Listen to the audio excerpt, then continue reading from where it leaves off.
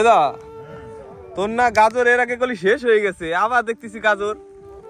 শেষই তো, এই 2-1 কাটা গাজর থাকলে আবার ধরে নাকি? 3 কাটা গাজর ছিল আজকে। 3 কাটা গাজরে এই জমি তো দেখি লাট হয়ে গেছে গাজরে। খুব গাজর হয়েছে, গাজরে শুধু লাট। এ মনে হয় 4 কুইন্টাল করে কাটা হবে যা গাজর নামছে।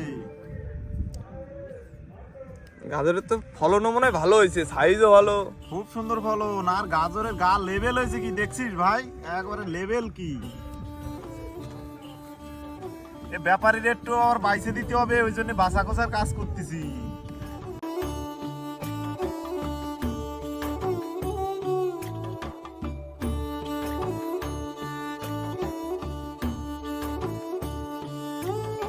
এদা এই গাজর এখানে কত করে বিক্রি হলো? গাজর 13 টাকা করে দিলাম।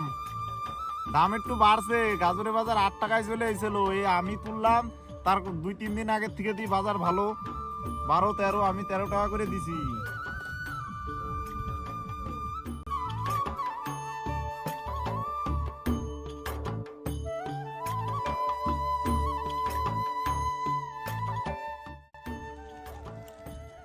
এদা এই সত্যি সত্যি কৃষকরা মনে হয় কেউ ভালোবাসে না, বুঝলি?